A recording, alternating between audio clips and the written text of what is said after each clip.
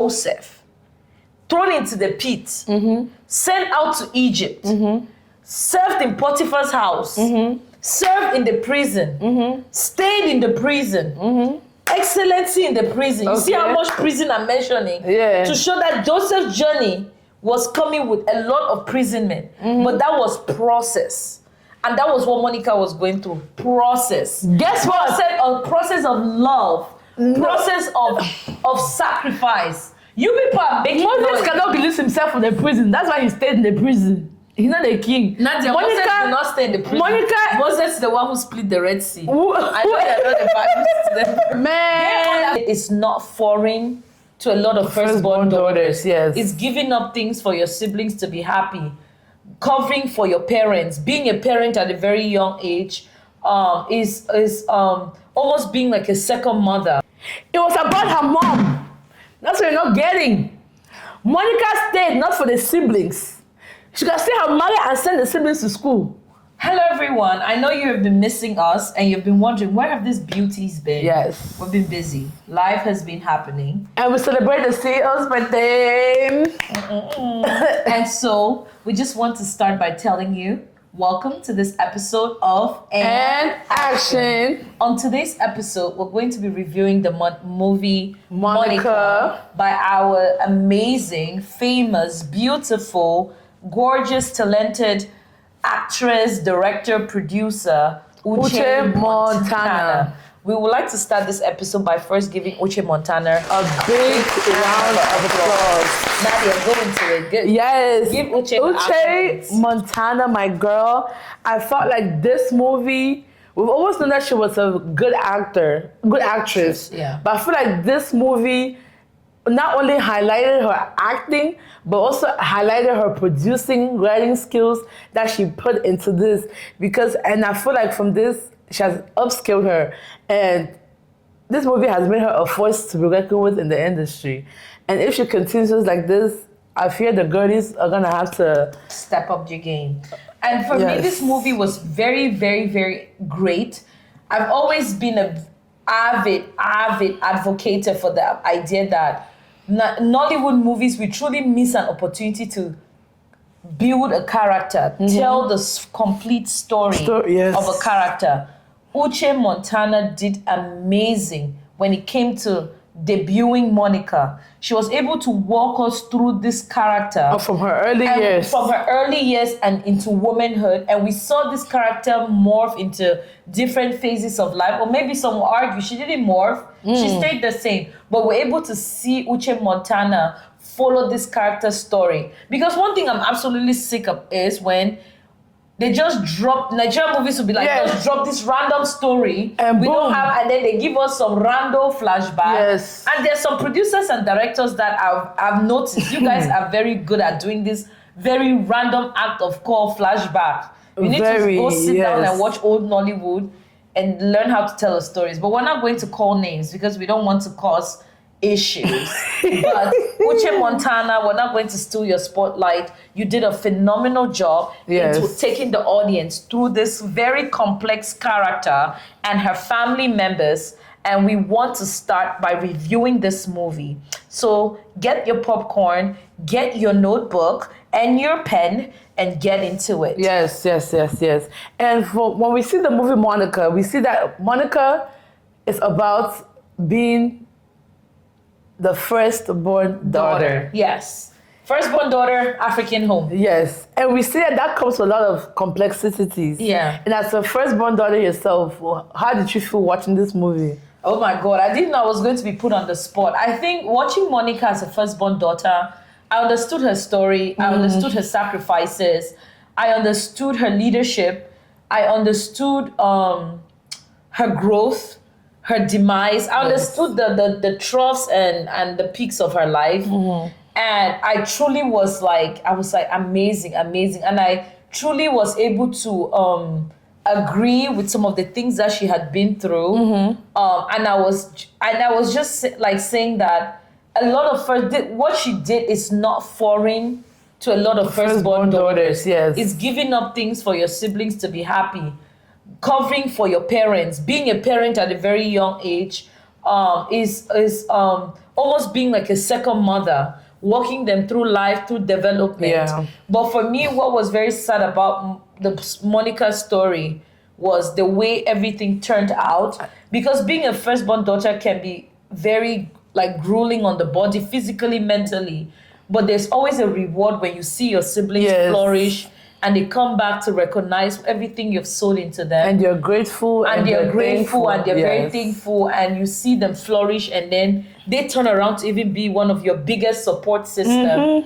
So seeing Monica's story was very, very emotional for me, especially how it ended. Yeah. So seeing her story.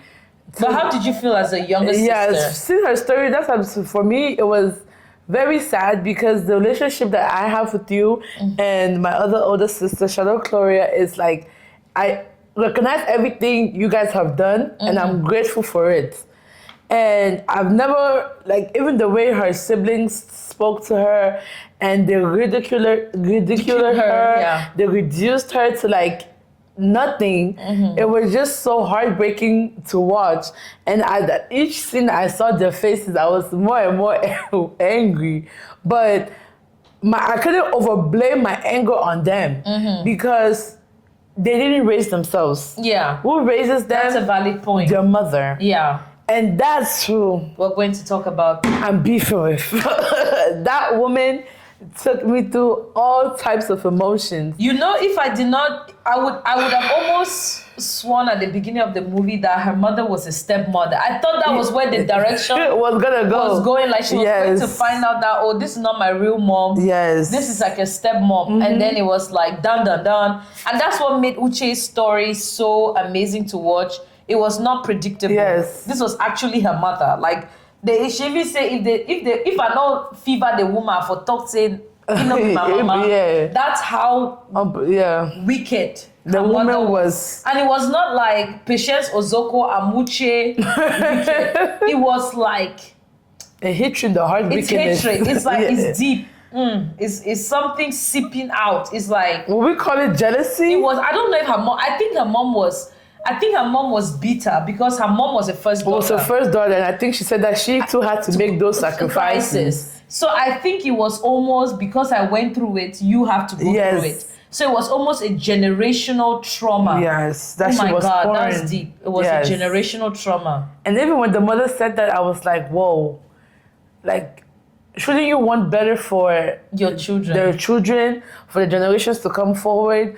Shouldn't you want to put them to school? Shouldn't you want to push them to achieve something for themselves? Yeah. Like, because her mother was not the richest. She had to wake up every morning. And it's like, look at how physically that was on you. Why would you want that on a child that you gave birth to? And it was just so heartbreaking. And then it was like, okay, you put all of this on Monica, and then you still train your children to disrespect her. And it's like, why? You know, this is very hard to dig into, but we have a lot that we want to unpack. But one thing I'll tell to any woman watching this story, from Monica's mother's perspective, it is very fundamental that you heal. We come from a culture where having kids have become another accolade. Yes. It's like just the way you graduate from school and you get a certificate to put on your wall. A lot of people have seen motherhood as almost an achievement. And they feel like it's something I need to hurriedly step into so I can prove that I'm a woman. I'm a woman. But you realize that what Monica's mother placed on her, it was because of her own unhealed wounds. And she had masked the wound to the extent where she did not even have any humanity for her own daughter, for her own flesh and blood. And there are a lot of mothers who are doing this to their daughters. I don't care if it's firstborn or to their children.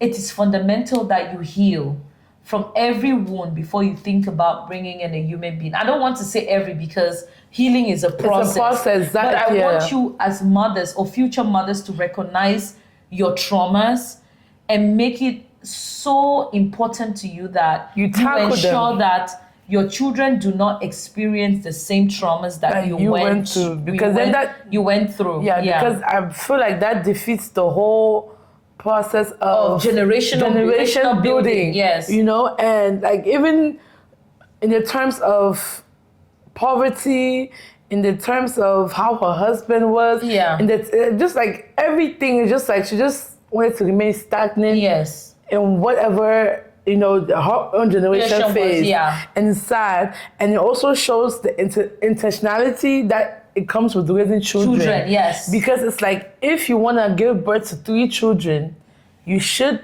be able to afford 3 children. And I know it's not always easy, but you shouldn't have to sacrifice one's own dream to give another person's Nadia is really bringing up great points here, because that's in terms of like, this is not the social aspect. How do you take a movie like this and tailor it to your own life? 1 is healed from your traumas. 2 is child care, planning. Family care plans. Family care, family planning. Basically, because we can't keep building generations where we need to sacrifice one child in order to build the other children. And there's some of you, I even want to use this opportunity to shout out first daughters. Yes. People like Auntie Irene, a lot of women who have given up so much to make their families where their families are today. And there are a lot of men who are doing it, to shout out to you guys. But as I think for our generation, we're forced and we're begged to contemplate about this big idea of how many children can I afford? Yes. And not only just afford as in, but to give clothes them a good and food, but just to give them a life where you didn't have. Because the goal is to be better than our parents. So that's something that I think this movie is forcing us to think about. Highlight. Yeah. And the goal to also like let your kids have access to the world, right? In terms of if that is traveling, if that is just being exposed to different foods or different environment. And it's just like, this movie, I think it really brought that, because as Africans, that's not what we've always taken pride in the big family. Yes. Like, the more you have, the more blessed of a woman you are, the more blessed your household. But it's like, at what risks are you like accepting the outside validations of people just so that in your home, 7 children, and mind you, you're suffering. And I know this might be a touchy subject, because some people might say, okay, God gives children, children, and He will give the resources to take care of children. I think we're not saying abort. We're not, God forbid. We're not saying, oh, don't have children. What we're saying is that everybody has capacity. And as a mother, as a mother and a father, a husband, a wife, when you start thinking about bringing forth children into this world, you need to contemplate the resources that go into raising those young minds. And when you're a parent who wants the most for your kid, then you would very much grapple with this question and have an honest conversation with yourself. Now let's go into something new. What's the next one? What do you think I'm thinking? Now I'm thinking, we've spoken about the mother, but who else raises the family and their children? Yes, the father. Yes. Where was the dad? That's a deep one. Where was the dad? Daddy, where are you? Baby, where are you? We're looking for you. Literally, that was what this father gave throughout the movie. And to some extent, I couldn't relate, because my father, our dad, was very involved in, our growing up, how we looked, how we dressed, how we went to school, every single aspect of our lives. And then I saw this and I was like, the movie really made me just appreciate everything that I had in terms of my siblings, in terms of my parents. And I was just like, a lot of people don't have that. But as a dad, why have we accepted that our African fathers don't have to be involved in the growing up of our kids? Nadia, you're speaking a very good point. This movie, I was mad at the father. I was angry. I was livid. I was disgusted. I wanted to jump the TV and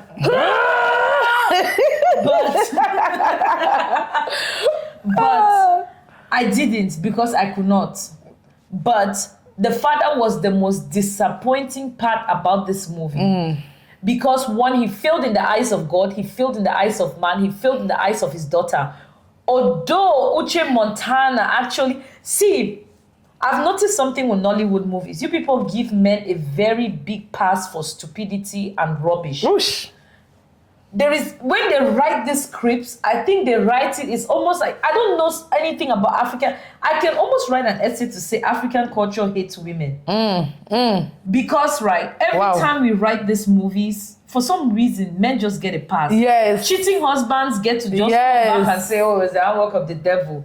Absentee fathers just get to show up and be like, oh, the devil did this. Or they get to say, oh, love. You see, and that was what Monica's dad did.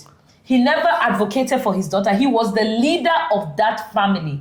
He was meant to carry the vision of that family. He was meant to advocate for his daughter in the most difficult situation. The most gruesome part of it all was when the sister came for the knock door.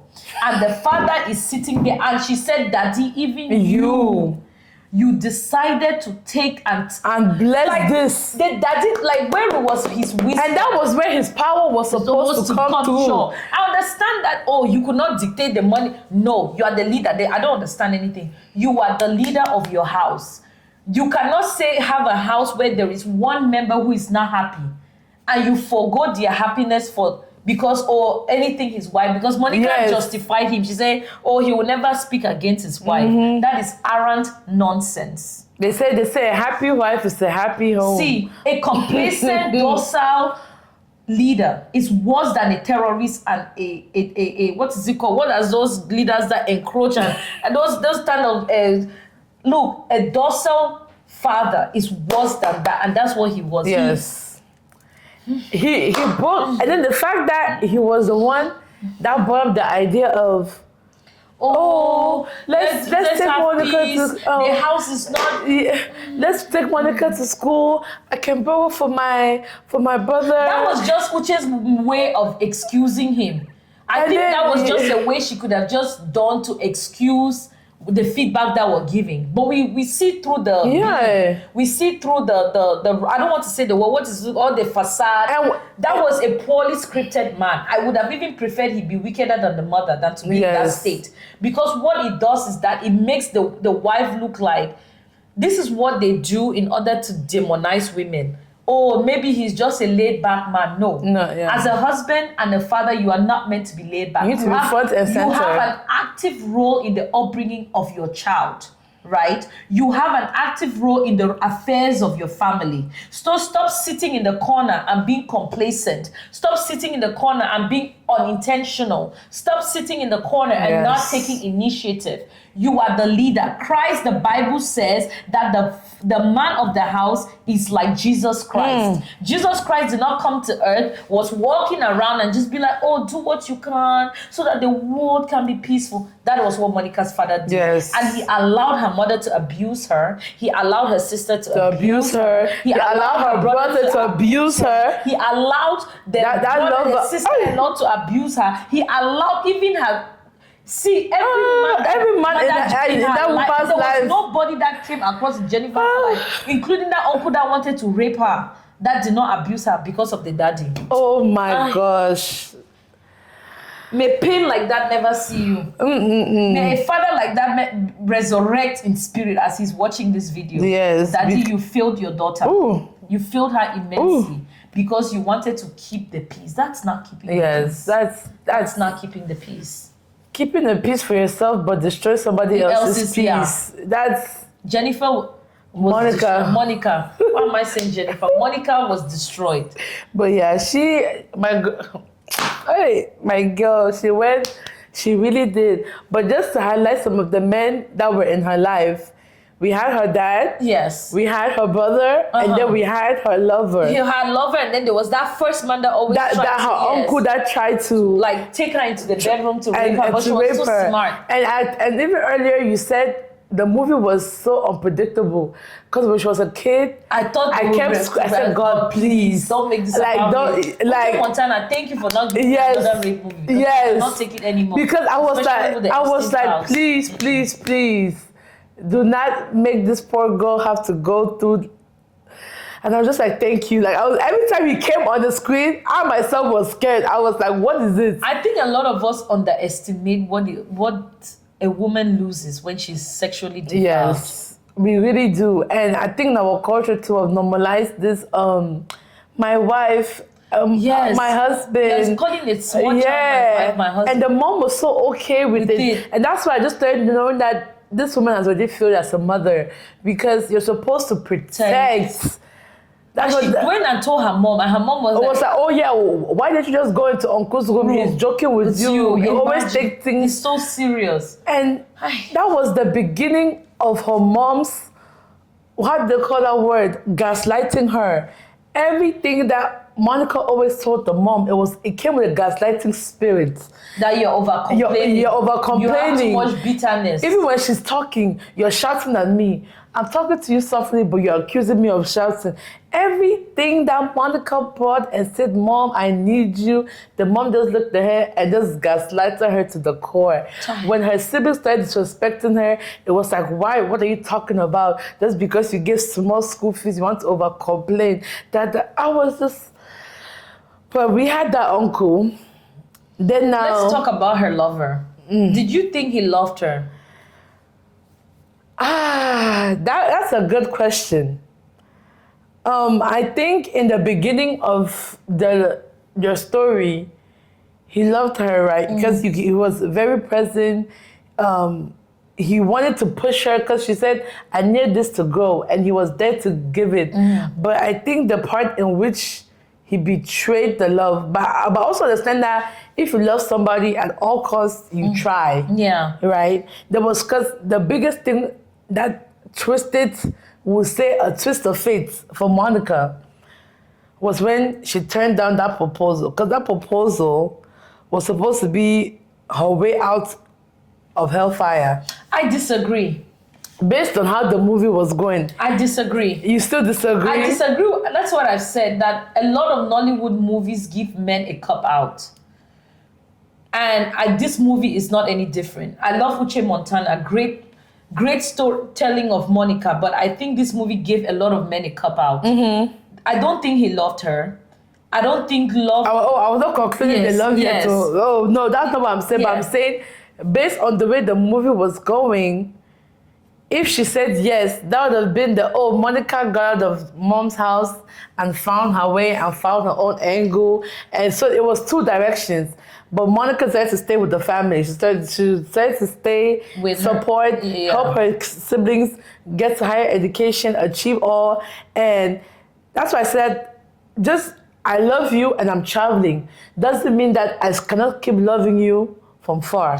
That means I don't, like, he can still have built something with her while he was building away from the country. Yeah. But the way he seemed was, either you're coming with me or I'm leaving. And even the movie, Monica was even still reaching out while he was away and he never replied. Talk about it hurt my heart to reply to your messages. Mind you, it hurt her heart. You're away and she had to turn down, but she's still reaching out. So it's just like, did you really love her? I think I was, one way that this direction went, where she didn't follow him, I liked it. I like the fact that Uche Montana, different. The producer, did not allow her leave her family. Not because of the family, but because I'm just sick of watching Nollywood movies where the woman's ultimate way out of poverty it's a man. Thank you. It's a man. So I was happy. Yes. I was happy. Happy. Happy. Put it on the screen. I was happy because that was not the direction. Not because of her family, but because I'm already becoming sick and fed up with that. I'm a poor girl. And somebody, the rich one will come and dig me out. It's like, no. No, that's not true. So I was happy that she made that decision for herself. I did not necessarily think he understood the meaning of love. So he didn't love her, because love does not ask somebody to choose between their family and them. Yeah. And love does not give up easily, like you said. And there were so many other ways to make it work. Love is always looking for a solution, especially love at that extent. This was not a man that was saying, oh, let me be your boyfriend. This was a man who was saying, I want to be your husband. What I think, I'll speak as somebody who is married. What I think Monica was looking for in that moment was an assurance and a security from that man. She was not necessarily looking for him to take her away and rescue her. Yes. Monica was so altruistic that she was looking for somebody that would not only promise her safety, but the safety of her family. Of her family. And let me tell you what Monica was looking for this man to say. He was looking for her to say, follow me, and I'll tell you that this family were going to send money abroad. Yeah. I think if that man made that little yes, line, Monica would have followed him. But he kept saying, he always sounded from a point of, I am marrying you, but no, I'm not marrying your family. And Monica had always seen herself as a package deal. Yes. Guys, I know this because I don't want to say I'm a Monica, but I found myself in a space where I love my family. My family has become a instrumental part of me, and me choosing to get married, that was one of the conversations I had to have with my husband. And it was like, I didn't make an ultimatum that, I'm a package deal, take me or take my siblings. I honored my husband. I said, please, I'm a first child that has very young siblings. I cannot afford to just go because they still need my presence in their lives. And I honor my husband because he decided that we would stay next to my family and build together. And for that, I'm so grateful. And that's why in that moment when that dialogue was happening between Monica and her lover, I understood where she was coming from. Where it's like, my siblings are so young. It's not necessarily about, because me on my own, I have a skill. I can take care of myself. But it is my younger ones. It is my mother. It is my father. If that man could have just assured Monica, don't worry. Me taking you abroad does not mean you forget your family. We will work money. We will send it to them. We'll take care of your family. Monica would have followed him. And just while you were speaking, I was like, I'm a type of person that even if the movie was not trying to teach something, when you think it could have been another teaching point, because I feel like nowadays, most marriages, it feels like you're taking away the village. Yes. And I think this movie almost touched on that. Even though her village was not technically a good village. Toxic. Even though it was toxic, but that can be another point where it's like a lot of people now are pulling people out of their villages. Instead of marrying within the village and incorporating the village into your lives. Because we've always understood with marriage, not only are you marrying me, you're marrying our family. Not in terms of, responsibility, but in terms of this is a family. Like, you cannot come and remove me. I think a lot of people say that, and a lot of Christians say, he that finds a wife finds a good thing, and you people leave. But I truly think that what helps is the point of marriage. There is the Bible, that what the Bible says, and I also think there is the wisdom of the Bible, how we use marriage to grow, to expand. It's like the Bible says, grow. You expand. To grow, yes. And let's say called reproduce and what is called fill the earth, whatever. I forget the quote off the top of my head. But marriage is another way of expanding a tribe. Two people come together. Yes, we create our own separate units. But within that one, we have also brought two things together. Remember that's why we had the nuclear and then the extended, right? Yes. We have created this new thing, but then we can also extend now something new. But I think now we are seeing a culture where people are almost removing themselves, and it's almost like they are starting from zero. But it's like, you don't have to start from zero. You living with your in-laws or staying with people doesn't mean, you cannot form a culture. You can form your own culture. But I think that was where Monica's fear was. It was just like, I think Monica was also a very empathetic person. She saw, she's like, this work that I'm doing, it was me and my mom. If I go, who's gonna help? It's just now my mom. So, I think that this man did not truly understand Monica. And I think people can love each other, but they are not compatible. And in this time in Monica's life, he was not really understanding her priorities. And I think sometimes when people fall out of love or out and don't form that relationship of marriage, it's not necessarily that they lacked love sometimes. Or it's just that they do not have a deeper understanding of sacrificial love that Monica truly understood, but this guy did not understand. And since we're still speaking on her lover, and her lover in this movie was played by John Ikenem. And usually in Nigerian movies, when you have such a strong character like that, you would think it would envelop the story and outshine. But the way Uche Montana did an used amazing. John, Her casting was beautiful. it was still a strong character, casting strong was presence, beautiful. but it wasn't overpowering. Yes. And shout out John, because you one of my faves. But anyways, Nadia, please don't be out there on somebody's boo. How young is John? John, my sister, is joining you. please, that's how young is John. How you? But yes, But no. But I really liked it because if you even look at Yes, at the front, poster, oh, you'll be thinking it's a coming. Yes. But it was like he was literally a speck in the story. And then he came to marry her sister. What Dun, did you dun, think? dun. What did you think? That was the ultimate betrayal of the century from both him and from her. And what made that betrayal more hurting was when she came through those gates. He still had the effrontery to stand up, hug her, as if he was. Then he was there for her. For me, to be honest with you, I'm the kind of woman, I don't think John owed Monica anything. I don't think he betrayed her. I think men are allowed to choose who they want to. I think for me, the ultimate betrayal came from her father. And this is. Yes, because her father has the power to bless that union. It's not even the power. He is in the moral. He has an obligation towards his daughter. Mm-hmm. And he has an obligation towards his family. Not as only a father, but as a head. So to me, he was just falling short of his responsibilities of not just fatherhood, but leadership. So to me, he was the ultimate betrayal. John really did not owe Monica a ring. She never agreed to his proposal. So I truly do not think that. For me, it was dirty, but in my head, I'm very logical. My logical mind is like, okay, I want to get mad at you, but you don't owe me anything. So it's wrong for me to expect. You don't owe her. No, he did not disrespect her. Marrying my sister is not disrespectful.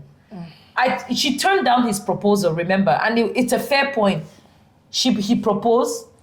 She turned it down. He came into the future and found somebody to love. No, but you forgot that, right? He came for Monica. But that's why I say he never loved her. Saw the sister. Because then even as a sign of respect that him even coming back, that's because he came back for her. Mm-hmm. But then he didn't see her the first day he came. The sister now said, oh, Monica is still the same. She doesn't aspire for anything. That's And from that, he just took it as a... I don't think Monica loses anything by John dating her. And I don't think she gains anything except love. And that's why I'm saying that, to me, in my mind, you people would disagree.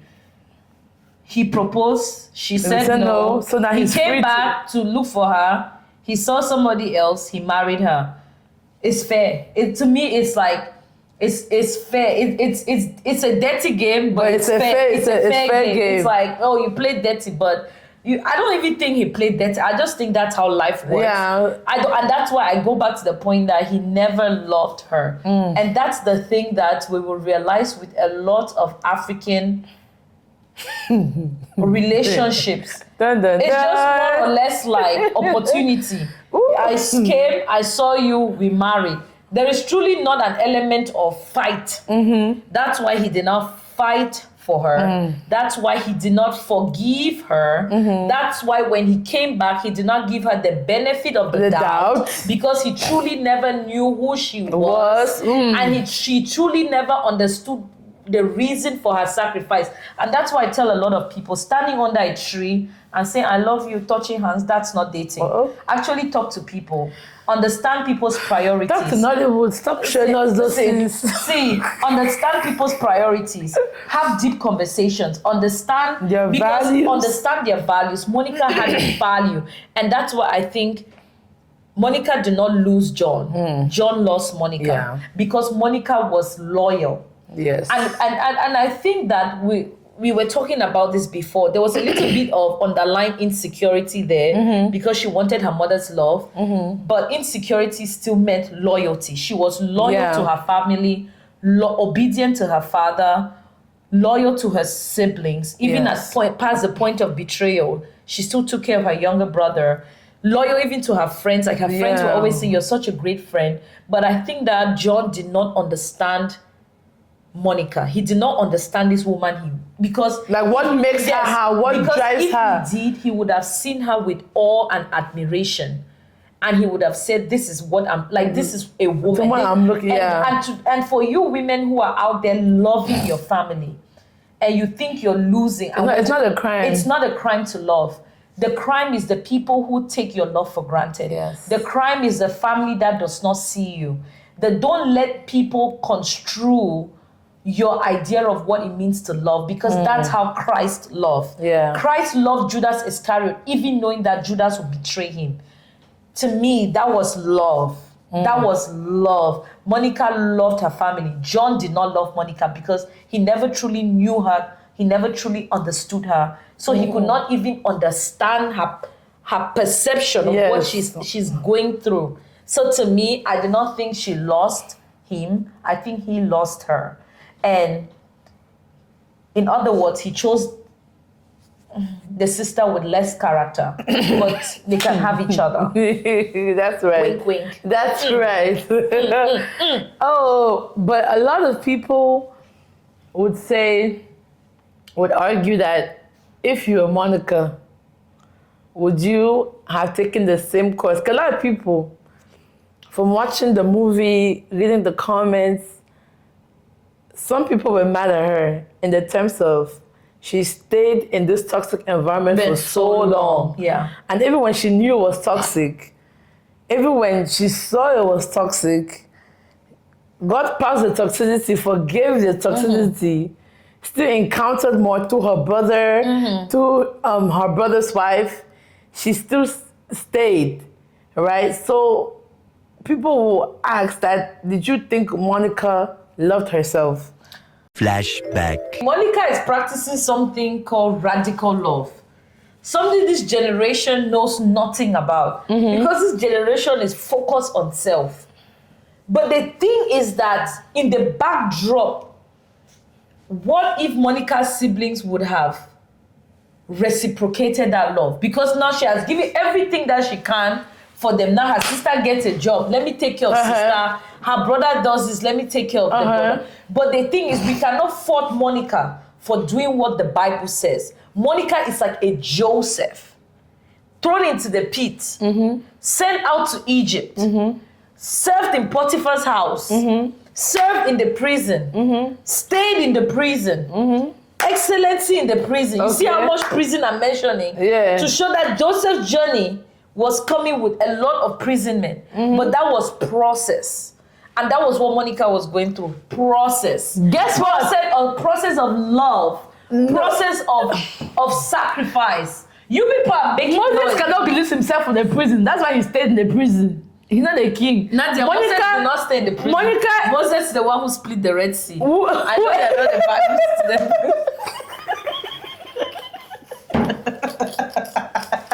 Moses, whoever you're calling, I don't care, but my whole point is, whoever was in the prison, they could not get themselves out of that prison. Monica could have gotten herself out of the prison.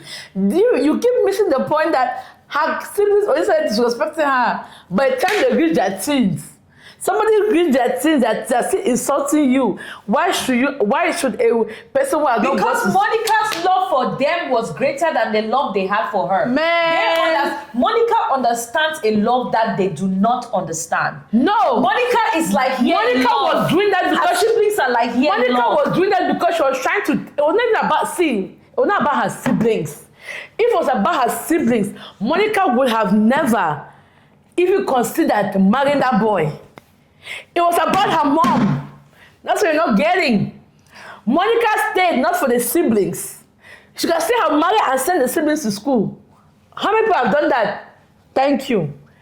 Monica stayed because she was still trying to taste motherly love from her mom. Because her mom painted that the only way you will get my love is if you stay in this house and do your sisterly quote-unquote duty. So you are basically saying Monica was operating from a place of insecurity. Yes. Because, and I agree with Nadia.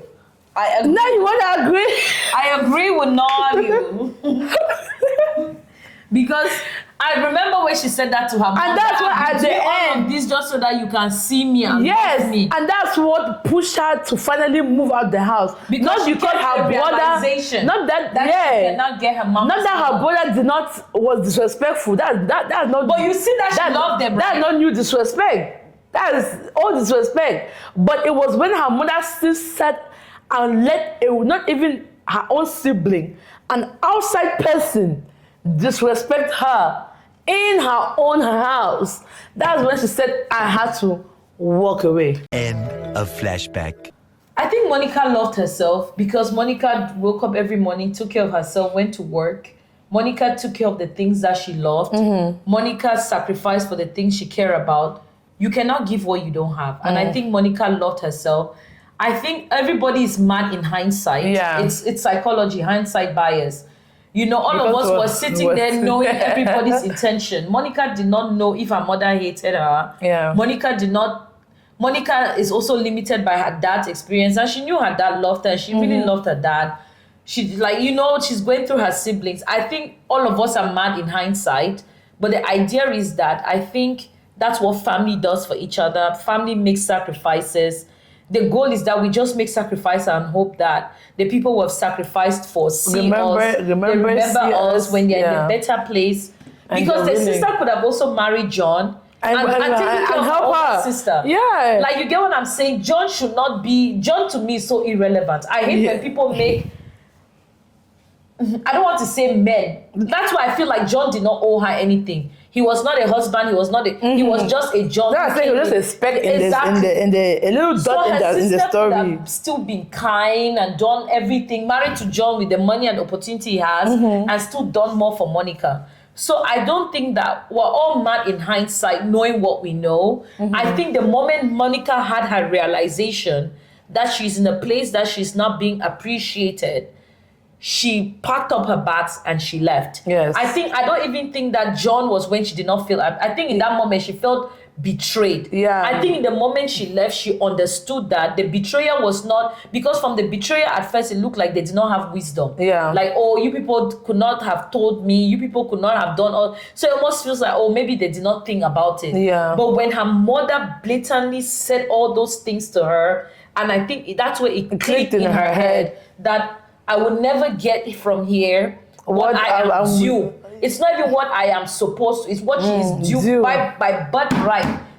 A child born deserves love from their mother. Yes. Monica had lived her whole life knowing that she deserved love, and she was just like giving her mom maybe chances to show it, to give her, and it never came. Exactly, and which is so sad. Yeah, and I think to the movie, at the stage at which it happened, a lot of people would have said maybe it was too old. But I think the bigger lesson from the story is that you walking away can come in any age or any season. Yeah. The important part is that you realized and you walked away. And you walked away in a time or season of your life where you can still do something for yourself. And as long as you're alive, you're not old. I tell people who have been hurt, who have gone through betrayals from friends, from lovers, from family, I always tell people, I said, it's never too late. The biggest thing is that she came to the realization.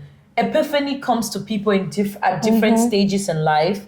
But I think that it also shows the purity of Monica's mind. Yeah. Where it's like, because even when her madam is advising her, she's still like, my family is. It shows also the purity of love she had for her family. And when her mother truly opened, because that was the first time her mother truly opened up, because the whole movie was almost a gaslighting. Yeah. So she could never truly get from her. It was almost like maybe I did something wrong.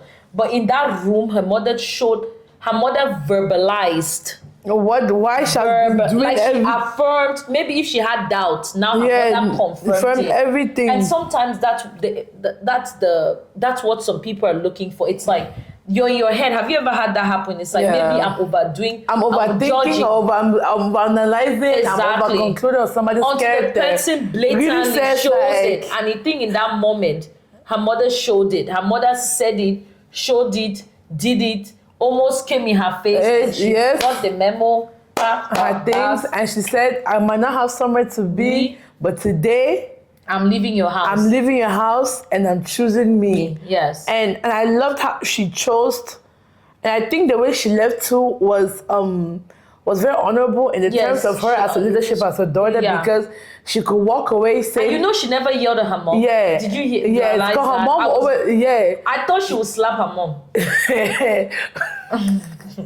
but she could really say, like, I walked away from my family knowing that I've helped my parents. Yes, she's like, I've done it. I've helped my sister. Yes. I've helped my brother. I've gone above and I've helped his child. Yes. So wherever I'm going next is for me. Yes. And her understanding that she has done it. There was no gap in her mind. Yeah. That I have worked for my family. And I think that was honorable. Yes. I think even the way she left her dad was very honorable. Yes, going to get his blessings. And I think she's better than me because I would have gone. What does your generation? It's an ape what? Ape. I would have gone ape type on my mom, ape type on my daddy, ape type on everybody before I left there. In fact, I might set the house on fire. As I'm becoming homeless. Everybody will burn together. No. But she was an honorable woman. She was. And I would say those who are mad at her, take it easy. There are a lot of us who have taken BS. It's not because we're dumb. It's because we love and we love hard. And there are some of you out there who love hard, and every day you're like, don't stop. Don't let the wickedness of mankind change who you are. Yes, your nature. Change the spirit that God gave you. And also just to highlight, from those who watched the movie and could relate and cried, they might not see you, but we see you. Yeah. And your blessings don't come from the people of this earth. Yes, they come from God. Yeah. And as long as you have done your heavenly responsibility as an older sibling, or maybe in some cases, maybe you were a sibling that you might have been a middle child, but you were still that sibling. Yes. As long as anybody who has carried that responsibility in their household, thank you. You're appreciated. You're apprecited. Yeah. Thank you. But this movie, thank you, Uche, for sitting down and telling the stories of 1 million African girls and daughters who cannot even speak what they've been through, and it's not always nice and happy. You know? Yeah. I think that when you come to realization that goodness is not always paid with goodness, and you realize that goodness is done from a place of servitude to not man but to God. That's why I think sorry I keep saying that Monica left with goodness, because she was not angry. She said to her mom, she left with goodness and peace. And once you do good for people and they return your good with evil, and you came to that realization that I wasn't doing it for you, I was doing it for God. There is a peace that surpasses all understanding. Yep. And like Nadia was concluding, I just want to dedicate this episode to my amazing younger ones, because watching that movie, I cried not because of the sacrifices. I was crying because I could not relate. And I cried for the people who could relate. So I just wanted to dedicate this to my amazing, amazing siblings, Gloria, Nadia, Carrie. I love you guys, and I will do 1,000 more Monicas for you guys. I say Monica. Yes. I'll do a Dian. Yes. I'll do it. Yeah. I said Monica's because that's the visual effect. But I'll be 1,000 more Dians for you people. And I'm also dedicating this to my husband, because he took on my mantle of firstborn leadership with me and stood by my side and embraced you guys and never gave me an ultimatum of choosing you guys versus him. But instead humbled himself as a great leader that he is and met me where I was and uplifted and prioritized what I love the most. And I'm so thankful. And just thank you to my amazing parents who raised us. The curses in the best way, breaking the generational curses and just making sure that there is a respect factor.